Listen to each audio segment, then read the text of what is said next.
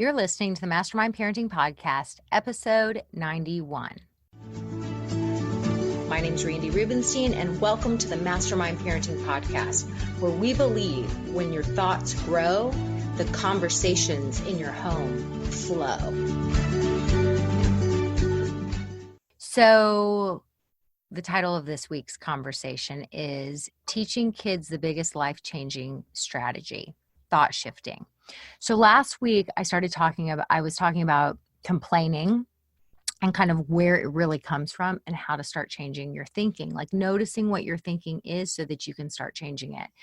And obviously we can't teach what we don't have. So you have to start doing this for yourself first. But I wanted to share a little story because what I have experienced is, and it's so freaking cool when you can do this for your kids, is that when you start to do this on the reg for you, you start to be able to also just naturally do it with your kids, and it comes up within conversation, and this is what you model. So I shared a story with my bestie, Allison, recently about a conversation I was having with my daughter, Avery. And then, whatever, we were just catching up, and, we're both going through, our daughters are seniors in high school, and we're both going through like all the senior, they're applying to college right now, and the testing and the senior year and all the things. And so Allison is my person, and she's going through the same stage. And so we talk about this stuff. So I was telling her, whatever the latest thing was. And so I was saying, yeah, we had a situation recently, and Avery was in a bad mood, and she was just pissy, she was just in a bad mood. And finally that night she was in my bathroom, and she came clean, and she said, she was like, I just had the worst day. And she had kind of snapped at me a couple of times that day. And I was like reminding her about something, and she said, and so she snapped at me about it. And I was like, where is this coming from? And so she's in my bathroom, and she's like, I just had the worst day, and it's just senior this. And she was kind of going, she was kind of going to this dark place. And I said, all right, enough with the drama. Like, what's really going on? And she was like, Mom, it's, she started like, Mom, it's just so hard, and this, that, and the other. I was like, really? Like, is it really so hard? Are you looking to be sort of dramatic right now as an excuse to procrastinate something that you sort of don't want to do? And, cause I know her, she's not dramatic, and she pulls stuff out at the 11th hour. It's just who she is. She's not super methodical about things, and she always pulls it out at the 11th hour. That's actually when she does her best work, and she knows this about herself. So she normally doesn't freak out about things. And so I kind of felt like her brain was telling her that she could freak out about this as an excuse to sort of procrastinate, when the truth of the matter is she could just change that story and just be like, yeah, I do everything at sort of the 11th hour, and it works out for me. And that's when I pull out my best work. Like, we know that about her, just own it. So she was kind of working herself up, and I was kind of saying, I was kind of calling BS on it. And this is that fine line between coaching and being that soft place to land, right? Like, if I was the soft place to land when she actually needs some accountability, like, that's not super helpful. And so I've been kind of towing that line back and forth with Avery as she's gone through this senior year. And with my older son, who already went through it, he's totally different. He's wired very differently. Like, he does everything ahead of time. He's a planner. He doesn't need that accountability piece from me. And he just really needed me just to be a soft place to land because he was taking care of it. Whereas Avery kind of needs me to serve a little bit of a different role. So I was sharing with Allison kind of this story, and she was like, oh my gosh, I shared this with my daughter. And it was really helpful. Like, it led to a really good conversation for us. And I said, oh, maybe I should make a podcast about this. Maybe it'll be helpful for other people too. So what I said to Avery was, I said, what's really going on? She was like, and so she started going to the drama, and I said, okay, enough. Like, that's not who you are. And like, what's really going on? Like, there was a circumstance, and this is what I talked to y'all about last week. So there's something that happened. It triggered you to think something. It caused you to feel a certain way. And now the action is procrastinating.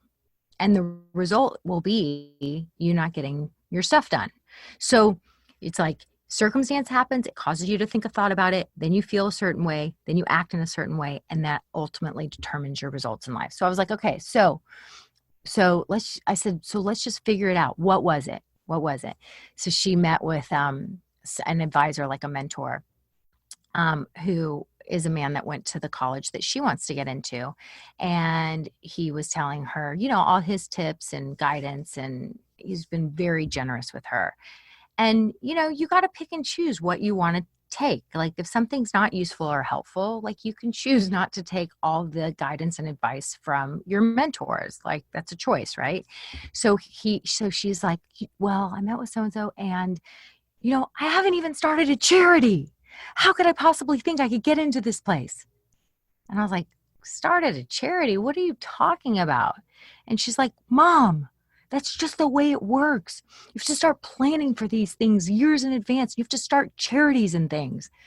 And I was like, all right, whoa, whoa, whoa, whoa, whoa. Okay, so the circumstance is you met with the guy, and he started talking about helpful things that have helped other kids get in. And it was that they started things like charities and did some pretty big, things on, and their resumes are looking really impressive. All right. So who are you? I said, you are a non-traditional person, right? And I gave her a few examples of her life, of things that she's done or accomplished. And I said, you have never done things in an exact traditional way. Like, even in terms of sports, she didn't like play on club teams her whole life. Like, all of a sudden she just like got to middle school, and she was like even I think like seventh, eighth grade, she was like, oh, I think I'm an athlete now. And she like picked up sports for her, certain sports for her the very first time, when there's kids that have been playing those sports their whole life. And she's loved playing sports in high school. She's loved it. It's been a huge part of her high school experience. And I said, so you defied those rules. You didn't do all those things, and you've still managed to play high school sports and love it and have a great experience. So there's that thing. Let's talk about other things that where you have followed a non-traditional path but still achieved the results that have helped you to feel successful in your life. So you has your pattern not been that you sort of defy tradition and you do things your way, and when things are meant to work out for you, that's how it kind of goes down? She was like, yeah, I guess that's true. And I said, okay, so what, instead of the thought, I'm never going to get in, I haven't started a charity, right? It's too late for me, I did it wrong. Instead, what if your thought was, I'm a non-traditional person, and everything that's always worked out for me has worked out for me in a non-conventional way. That's just how I roll. Like, what about like that thought? What if the thought was that? She's like, And I was like, do you feel different than when you're thinking the other thought? She was like, yeah. And I was like, how do you feel now? She's like, better. I was like, what would be the word? How would you describe it? She was like, I don't know, confident, believing more in myself. I was like, yeah, exactly. And I said, and then what action are you going to take? Because you're now confident, believing in yourself. She's like, I'm going to sit and look at all the non-traditional ways I'm meant to apply to this college. And I'm gonna do that, and I'm gonna get my stuff done. I was like, well, then go do that, right? And so that's how it works, you guys. That's where it's like, if you stop and think and catch, what am I thinking? What happened, and what am I thinking about it?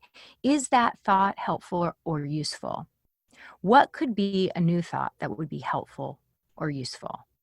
And look, it's hard, it's vulnerable to go for something that you may not get. I mean, we've talked about that too. It's vulnerable to admit. I mean, that was something I had from, from like my growing up, was I would quit things before I even started because it was too vulnerable to possibly not get it. It felt too scary to me. So I would just like put a hard shell. I didn't want that anyway. It's that fixed mindset versus growth mindset. The growth mindset says, you know what? We'll go for it. If it's not meant to be, it's not meant to be. Right. And I mean, we've even gone to the place of, what about when you go for it and other people know you're going for it, and talk about the last week's podcast about the complainers or people who like to poke the bruise, not just because they're trying to fulfill or serve something in themselves. And I mean, really, I don't feel like it comes from a mean or evil place. I think it comes from just like an insecure place and a negative place. But what happens? It's super vulnerable that you're opening yourself up to the possibility that somebody's going to come and say, oh, I heard the decisions are out. Did you get into that place?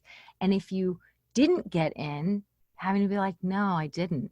And it being, I mean, that's uncomfortable, right? And it's like, yeah, and we can do hard things. Like, we even role played that.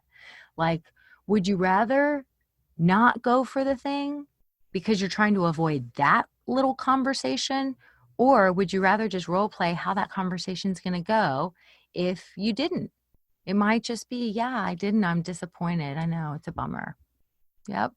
We're on to plan B. Well, what is plan B? I'm not sure yet, but I appreciate you asking and being concerned about me. I'm not sure. Pause. Right? That's how it goes down. And so it's like, we don't have to be hard. We don't have to be scared of hard conversations. We don't have to be scared of discomfort. We can get control of our thinking, because that's the only thing we truly have control over. And when life throws us a curveball or it doesn't go the way we had hoped, we're going to be okay. Like, that's resilience. We're going to be okay. And it will be hard, and it will be disappointing, and we can feel all the feelings. We've got this. So that's what I've got for you guys this week. I'm sharing the conversation based on Allison saying that it helped her. And not sure that Avery would love me sharing this conversation. So, hopefully this episode will air after all the dust is settled. So maybe you guys keep this under wraps. I don't think Avery's going around listening to my podcast. So that's what I've got for you guys, and hope it was helpful, and have a great, great week. Have you read my book, The Parent Gap? Have you listened to my book, The Parent Gap? I doubt you've listened because my publisher hasn't released it yet on Audible. However, I have the audio version of The Parent Gap that I would love to send to you. You can download it at mastermindparenting.com/book. That's mastermindparenting.com/book for your free audio version of The Parent Gap. You're welcome. Bye.